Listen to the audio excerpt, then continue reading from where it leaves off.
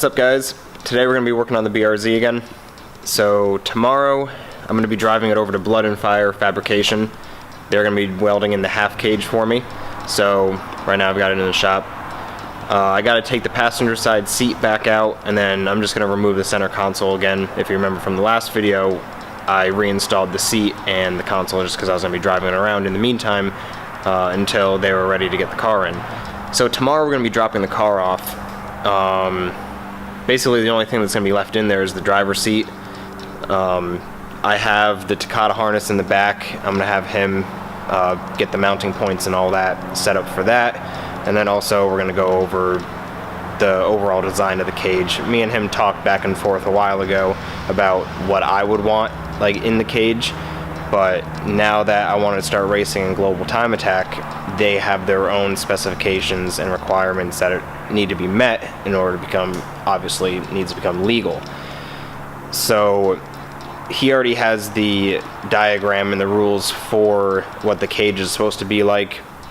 I talked to the tech inspector, the director of like all of their tech over for Global Time Attack, and I showed him like a picture of like a rough picture of like what I wanted to get done, and he said that it looked alright just to mostly follow their requirements for the cage. So as long as all the requirements are met, we can still have a little bit of our own like flair to it, kind of.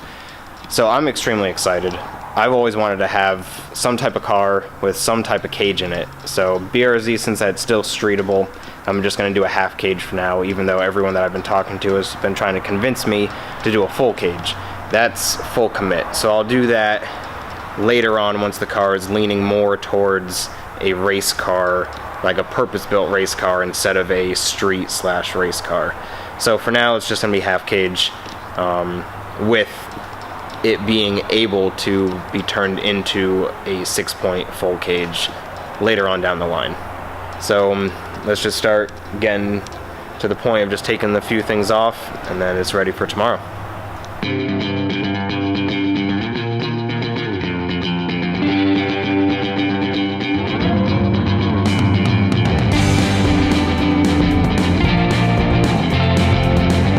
So the other day I was actually here working on my BRZ.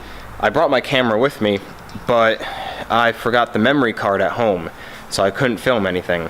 So one of the things that I did was I put these 2017 taillights in, and I absolutely love these 2017 taillights. I had the Helix Depot, like triple bar taillights on before. I really liked those, but ever since the 17 Plus came out, I've just been loving these taillights. So I finally bit the bullet, and I went ahead and I ordered my own set. So I did that the other day. Then also another thing that I did for the interior that I told you last video that I was going to do and film was make these rear panels that go like where the rear speaker is, and like, you know, the regular interior panel would go right there, but that's not going back in, and I didn't want it just to be open, just to like the open quarter panel area. So I made my own little delete panel just out of some aluminum. I bent it right here just to sit flush, and I have some weather stripping foam that I'm going to go all around the edge of it and around the circle, just in case if it vibrates. I've been driving it for like a week now, and it hasn't been vibrating, but it's just a safe measure. When the interior gets painted too, this will get painted as well. And then same with this side. I made that one over there. Nice clean one.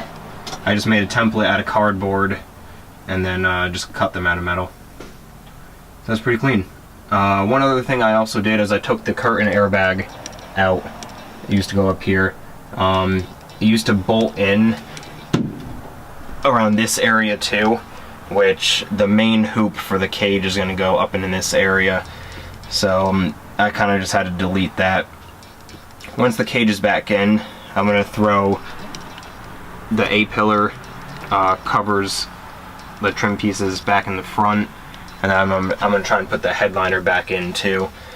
Other than that, all the other panels are going to be out, so I'm going to try and hide some of that wiring back here for the airbag system that I won't need. I'm going to try and tuck it maybe in the back of the delete panels now.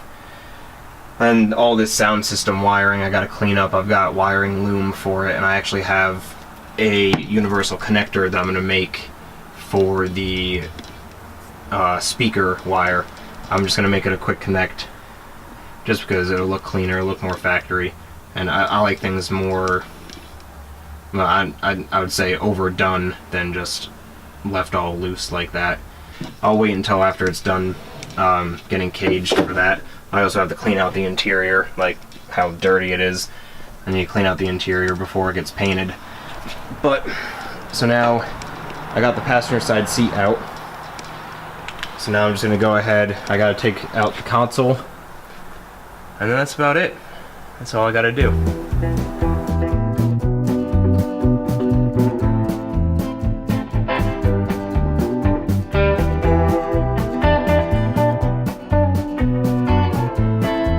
Alright, so now I've got the center console out. Looks all bare. You can see the shifter.